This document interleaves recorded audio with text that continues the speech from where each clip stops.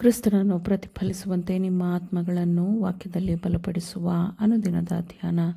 ಇಂದಿನ ಧ್ಯಾನದ ಶೀರ್ಷಿಕೆ: ಕ್ರಿಸ್ತನು ತನ್ನ ಗುಣಸ್ವಭಾವದ ಸಂಪೂರ್ಣತೆಯನ್ನು ನಮ್ಮ ಮೇಲೆ ಹೊದಿಸುತ್ತಾನೆ. ಈ ದಿನದ ದೇವರ ವಾಕ್ಯ: ನಿಮ್ಮನ್ನು ದೇವರಿಗೆ ಒಪ್ಪಿಸಿಕೊಟ್ಟು ನಿಮ್ಮ ಅಂಗಗಳನ್ನು ನೀತಿಕೃತ್ಯಗಳನ್ನು ನಡೆಸುವ ಸಾಧನಗಳನ್ನಾಗಿ ಆತನಿಗೆ ಸಮರ್ಪಿಸಿರಿ. ರೋಮಾಪುರದವರಿಗೆ 6ನೇ ಅಧ್ಯಾಯ 13ನೇ ವಚನ. ದೇವರ ವಾಕ್ಯ ಮತ್ತು ಸಿದ್ಧಾಂತದ ಬಗ್ಗೆ ಕೆಲಸ ಮಾಡಲು ದೇವರಿಂದ ಕರೆಯಲ್ಪಟ್ಟವರು ಯಾವಾಗಲೂ ಕ್ರಿಸ್ತನ ಶಾಲೆಯಲ್ಲಿ ಕಲಿಯುವವರಾಗಿರಬೇಕು. ಬಲದಿಂದ ಬಲಕ್ಕೆ ಮೇಲೇರುವ ಪ್ರಾಮುಖ್ಯತೆಯನ್ನು ಅನುಭವಿಸದವರು ಕೃಪೆಯಲ್ಲೂ ಮತ್ತು ರಕ್ಷಕನಾದ ಯೇಸುಕ್ರಿಸ್ತನೂ ಕರ್ತನೂ ಆಗಿರುವವನ ಜ್ಞಾನದಲ್ಲೂ ಬೆಳೆಯುವುದಿಲ್ಲ. ಇಂದು ಭೂಲೋಕದಲ್ಲಿ ನಡೆಯುತ್ತಿರುವ ಕೆಲಸದಲ್ಲಿ ಸಮಸ್ತ ಪರಲೋಕವು ಆಸಕ್ತಿ ಹೊಂದಿದೆ.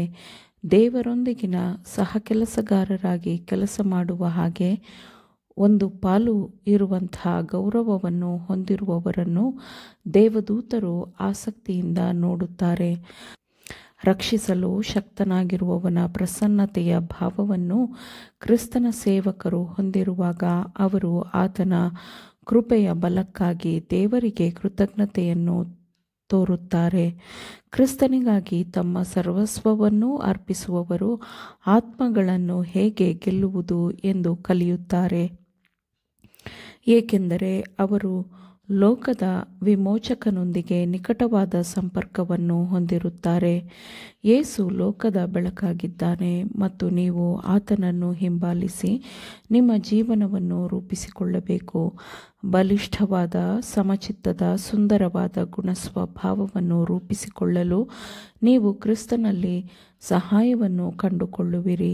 ಅಂತಹ ಗುಣಸ್ವಭಾವದಿಂದ ಪ್ರಕಾಶಿಸುವ ಬೆಳಕನ್ನು ಸೈತಾನನು ಯಾವುದೇ ರೀತಿಯಲ್ಲಿ ತಡೆಯಲು ಸಾಧ್ಯವಿಲ್ಲ. ನಮ್ಮಲ್ಲಿ ಪ್ರತಿಯೊಬ್ಬರಿಗೂ ಮಾಡಲು ಒಂದು ಕೆಲಸವನ್ನು ಕರ್ತನು ನೇಮಿಸಿದ್ದಾನೆ.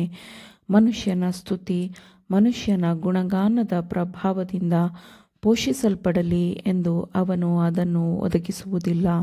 ಆದರೆ ಪ್ರತಿ ಆತ್ಮವು ದೇವರ ಬಲದಲ್ಲಿ ನಿಲ್ಲಬೇಕು ಎಂಬುದನ್ನು ದೇವರು ಬಯಸುತ್ತಾನೆ.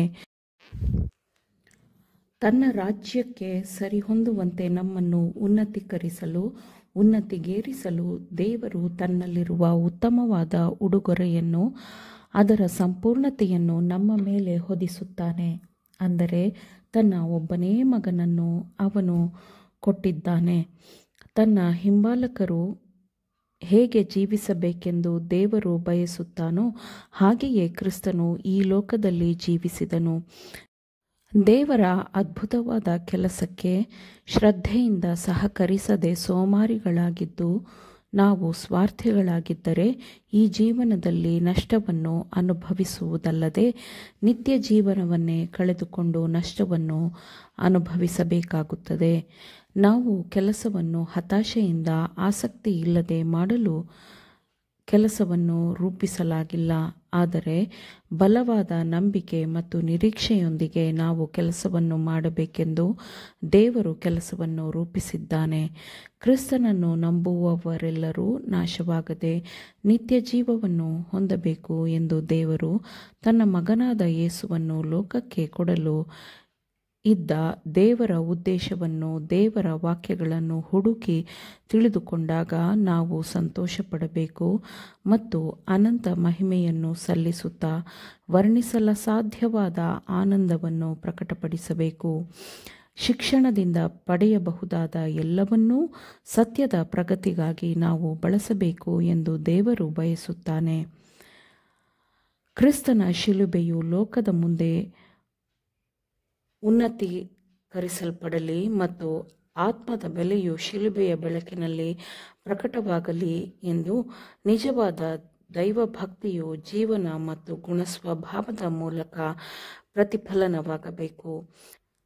ಪರಲೋಕದ ರೊಟ್ಟಿಯನ್ನು ತಿನ್ನುವ ಮೂಲಕ ನಾವು ಆತ್ಮಿಕ ಬಲವನ್ನು ಹೊಂದಬಹುದು ಎಂದು ಸತ್ಯವೇದವನ್ನು ಅರ್ಥಮಾಡಿಕೊಳ್ಳುವಂತೆ ನಮ್ಮ ಮನಸ್ಸು ಹೃದಯಗಳು ತೆರೆಯಲ್ಪಡಲಿ. ಆಮೇನ್. ದೇವರ ವಾಕ್ಯಗಳನ್ನು ಶ್ರದ್ಧೆಯಿಂದ ಆಲಿಸುವವರು ಮಾತ್ರವೇ ಆಗಿರದೆ ಪಾಲಿಸುವವರೂ ಆಗಬೇಕೆಂದು ನಿಮ್ಮನ್ನು ಉತ್ತೇಜಿಸುತ್ತೇನೆ.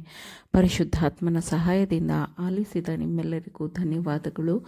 ಮತ್ತೆ ದೈನಂದಿನ ಧ್ಯಾನಕ್ಕಾಗಿ ನಾಳೆ ಸಂಧಿಸೋಣ. ಆಮೇನ್.